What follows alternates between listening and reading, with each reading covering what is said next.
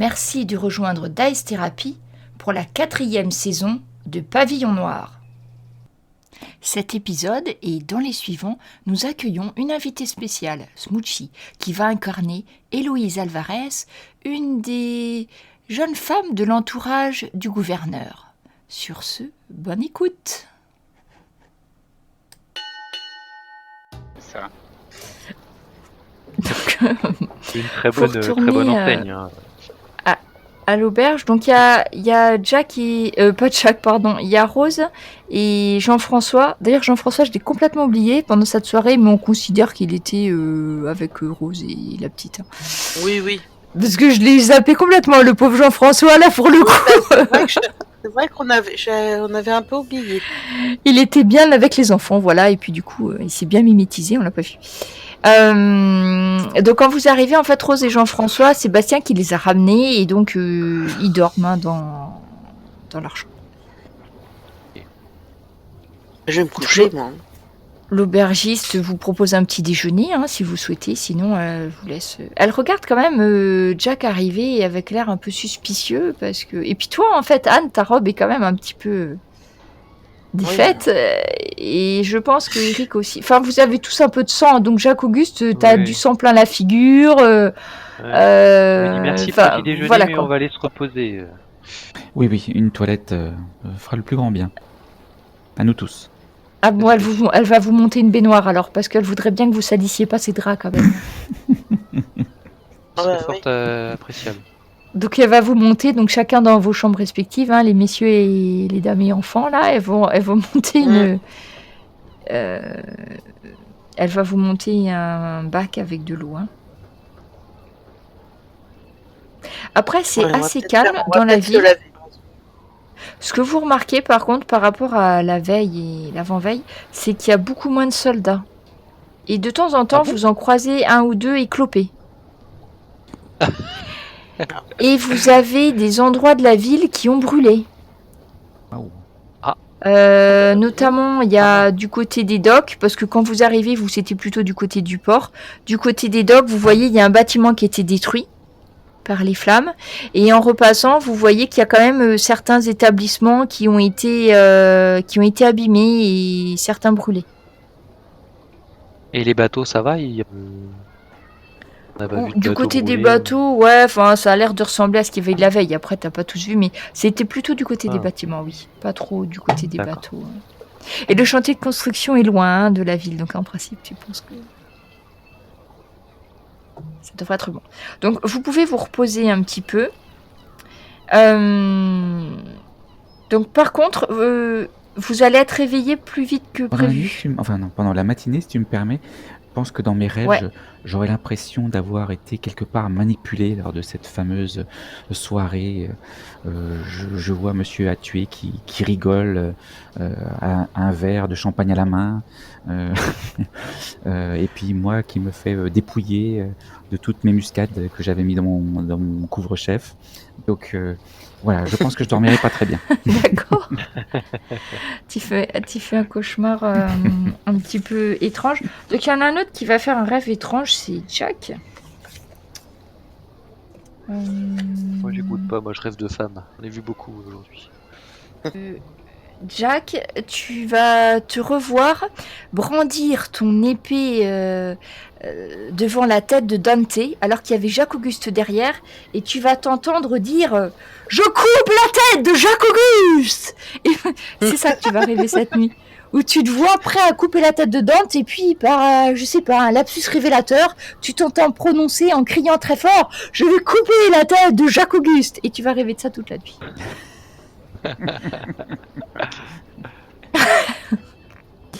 Le lendemain matin, c'est vrai que j'aurais pu. J'aurais pu en faire deux.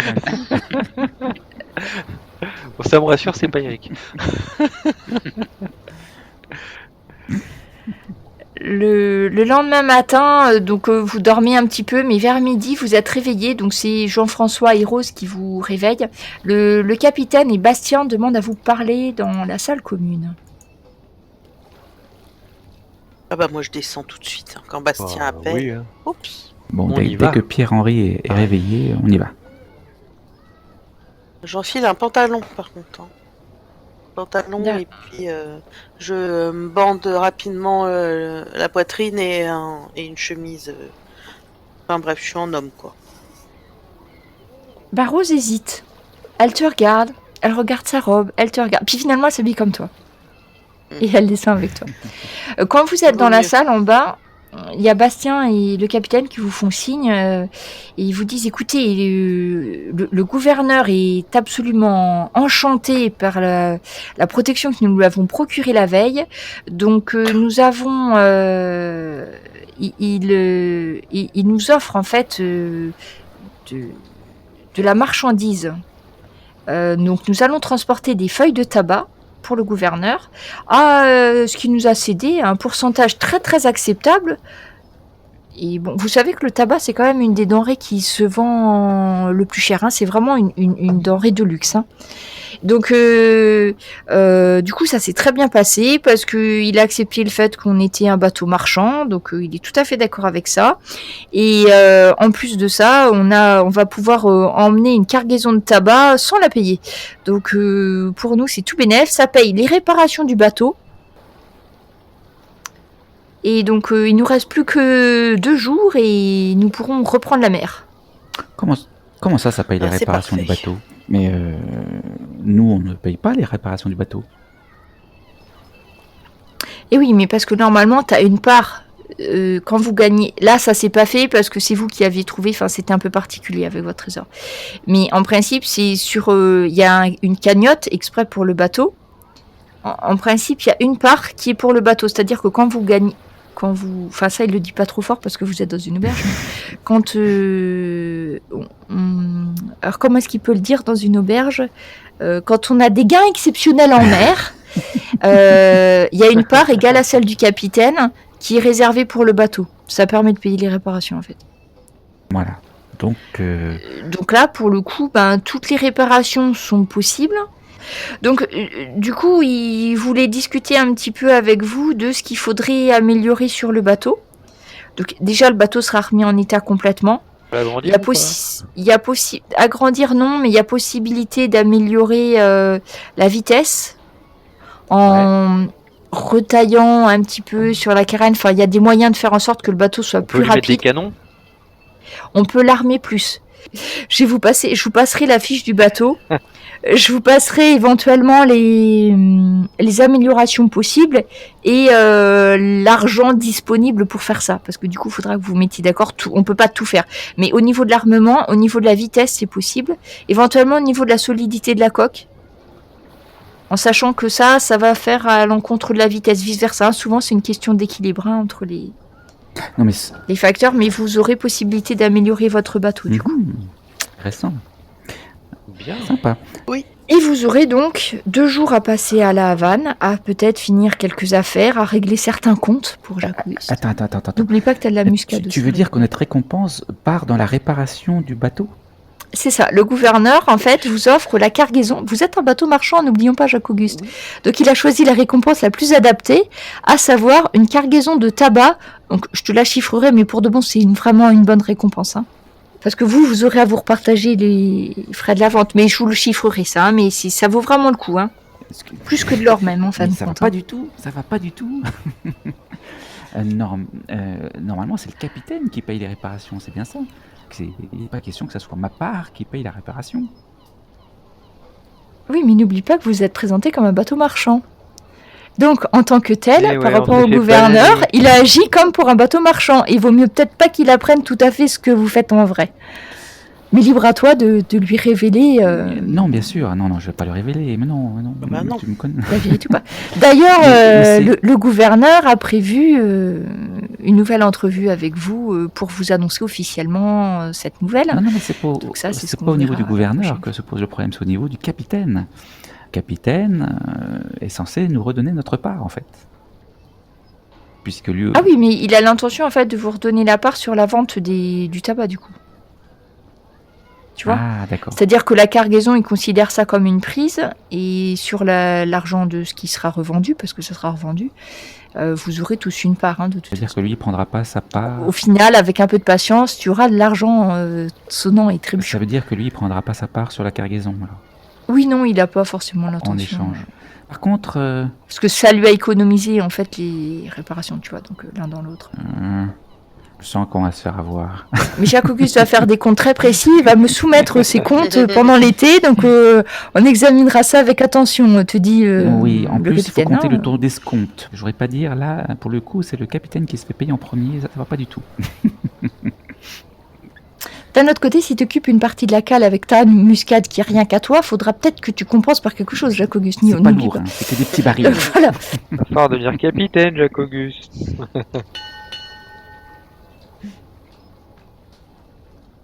Donc nous sommes le lundi 16 septembre 1715. C'est le dernier jour que vous passez à la Havane. Le bateau est tout réparé, tout beau, tous les mâts qui devaient être mis sont remis, les voiles réparées, etc. Le capitaine a bien fait son boulot. Et demain, première heure, vous partez en direction des côtes de la Floride de façon un petit peu indéterminée. Vous savez que c'est du côté de la Floride. Vous savez de quel côté de la Floride, mais c'est sur une fourchette assez large, hein, que vous avez déduit avec tout ce que vous avez récupéré, les informations des officiers espagnols, ce que vous avez discuté avec Bastien, qui avait quelques notions quand même d'hydrographie, ce genre de choses. Hein. Donc il vous reste une dernière nuit à passer. Donc Jack, tu vas faire quelques courses. Tout à fait.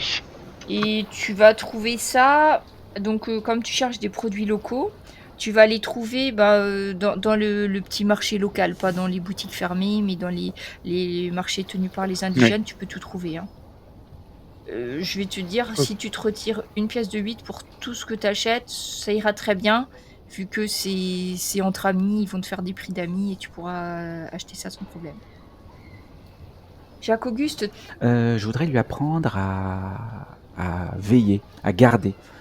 Soit garder mon sommeil, soit garder mon coffre. Voilà, quand je lui demande de veiller sur une zone, eh bien, il en devient le gardien. qui reste sur cet endroit et qui t'appelle si jamais il y a quelque chose ou qui l'attaque si jamais il y a quelque chose qui se passe. C'est ça, il reste sur place, il crie si ça s'approche un peu trop de près et il attaque si c'est vraiment très très près au point de toucher la Ok. chose. Ça va dépendre de ton nombre de succès de dressage. Du coup, tu vas faire un test de dressage avec... Est-ce que tu utiliserais ton charisme avec ton singe pour qu'il t'écoute peut-être plus que... Pas de problème. Réussi de justesse. Alors, ça marche, mais disons que ton singe va comprendre quand tu lui dis reste là, il y reste. Enfin, jusqu'à ce qu'il ait faim, hein. Tu sais qu'il va rester, mais bon. Oui, faut... Après, l'alarme, oui, il a compris qu'il devait faire du bruit. Mais par contre, tu sais bien sûr du reste. D'accord. Donc Ok. ça marche, mais il faudra peut-être que tu envisages de perfectionner ton dressage. Ok, Donc, à ça grand marche. renfort de bananes ou de bananes séchées ou je sais pas ce que tu lui as donné, il a compris que quand tu lui dis reste là, pas bouger ou je sais pas ce que tu lui donnes comme ordre, il garde ce que tu lui dis de garder, donc soit sur un endroit, soit sur un objet et que il crie, il t'appelle en fait si jamais. C'est bon. Alors Eric, du coup, tu voulais pas retourner voir ta chère Clara. Alors j'ai changé d'avis en fait. Je vais laisser une partie de mon or dans le coffre de Jacques-Auguste parce que j'ai entièrement confiance en lui. Et je sais que maintenant il est en train d'entraîner son singe pour justement garder son or.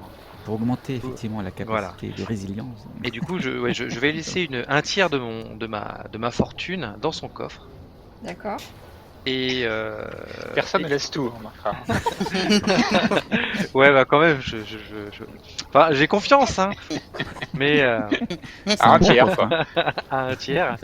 Et du coup, dépenser un autre tiers, donc un deuxième tiers, mais cette fois-ci avec la demoiselle que j'ai laissée pour lui dire que c'est ma dernière nuit ici, et puis que malheureusement, comme je n'ai pas de bijoux à lui offrir, et ben je lui offre un peu plus d'or pour qu'elle puisse se faire Alors, donc du coup, ça rêver. fait en pièces de 8, tu es prêt à mettre jusqu'à combien? Je suis un fou, moi. Pour les femmes, je dépense tout. Alors, attends, j'en ai combien au total? Tac, tac, tac. Parce que... Je vois ça d'un très mauvais œil, hein, franchement. Bah, je vais lui donner 30 pièces de 8. 30 pièces de 8. Alors, 30 pièces de 8, Alors, il va te... Donc, je vous avais dit sur la rue où il y avait les marchands, il y avait un orfèvre. Donc, en fait, il va te montrer un magnifique collier. Donc, là, il y a un rubis qui est monté en pierre principale. Donc, c'est une grosse pierre qui est entourée tout autour de petits éclats de diamants. C'est un collier magnifique, hein. Au cou de la femme du gouverneur, ça aurait été très bien. C'est pas digne de la cour d'un roi, n'abusons pas, mais c'est tout de même un très très beau bijou. Donc il va te le remettre dans un petit coffret en cuir sur lit de velours. Oh purée. Et il est très étonné de voir toutes ces pièces sortir des poches aussi usées d'un marin. Donc il est mort une par une. Tu sens un petit peu au début la suspicion quand tu lui demandes ce que tu veux. Il attend que tu lui montres ton or avant de te montrer les bijoux. Mais une fois qu'il a vu que oui, après avoir mordu dans la pièce, être assuré de la fiabilité de tes finances, tu vas repartir avec ce magnifique bijou dans les mains. Et avec quelques pièces de moins du coup. Tout à fait. Et du coup, avec ce magnifique collier qui m'aura coûté un bras, je vais aller justement l'offrir à ma belle de la Havane. Clara. À Clara. Donc tu vas à la sirène, hein. C'était le... Tout à fait, ouais. Collier bien planqué, hein, bien sûr, hein, je laisse pas... D'accord. Alors juste avant, qu'est-ce que tu fais, Anne, pendant cette soirée ? Alors moi, je vais m'installer dans un petit coin avec mon carnet et je vais notamment noter le fabuleux combat que nous avons mené chez le gouverneur. D'accord. Voilà. Et si je peux, comme je dois avoir... Je vais quand même regarder Jacques-Auguste sur le côté et je vais voir si je peux dessiner Pierre-Henri. Un petit aparté, Anne, Héloïse t'avait demandé de continuer à lui écrire, de donner des nouvelles de tes aventures, puisque pour elle, tu fais des aventures en tant que nièce du capitaine. D'accord. Donc voilà, à noter ça pour toi quelque part. Ok, c'est bon. Si Anne se sent à écrire à... Oui, bien sûr.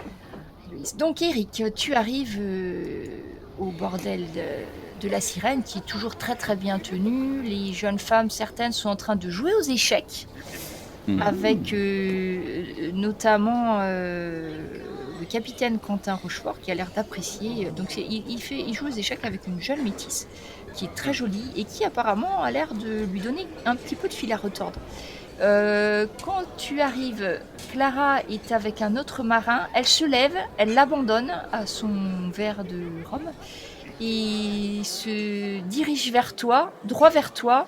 Elle se fait intercepter par la tenancière, par Cecilia Reis, qui lui fait les gros yeux, et tu rentres à ce moment-là.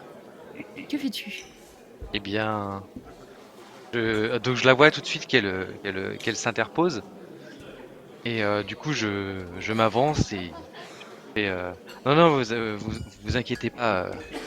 Clara va passer je vais être avec Clara ce soir. Donc, si ce marin, ça ne dérange pas ce marin, bien entendu. Alors, Cecilia Reis te détaille de la tête aux pieds, histoire de savoir si tu as les moyens pour passer une nuit avec Clara, en fait. Elle m'a déjà vu. Donc oui, mais tu payes d'avance avant de monter dans la chambre, quand même. Elle te rappelle les us et les coutumes de la maison.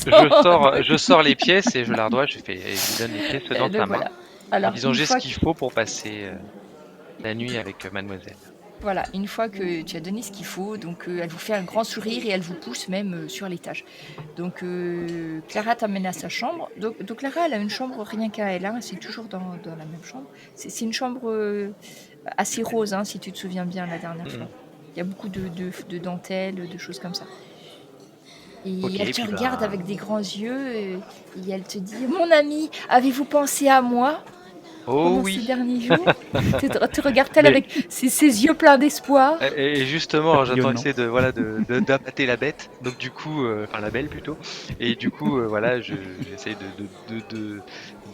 d'utiliser mon plus bel argumentaire pour pour la séduire et puis pour l'amener à lui dire que j'ai un présent pour elle digne de sa beauté, voire. Et Alors, je lui donne le collier. donc, ce que tu vas faire, du coup, on va essayer un petit peu voir parce que si tu te souviens bien, la dernière fois, t'étais pas très doué en séduction. Donc, on va refaire. Ouais, j'ai mis un test. point.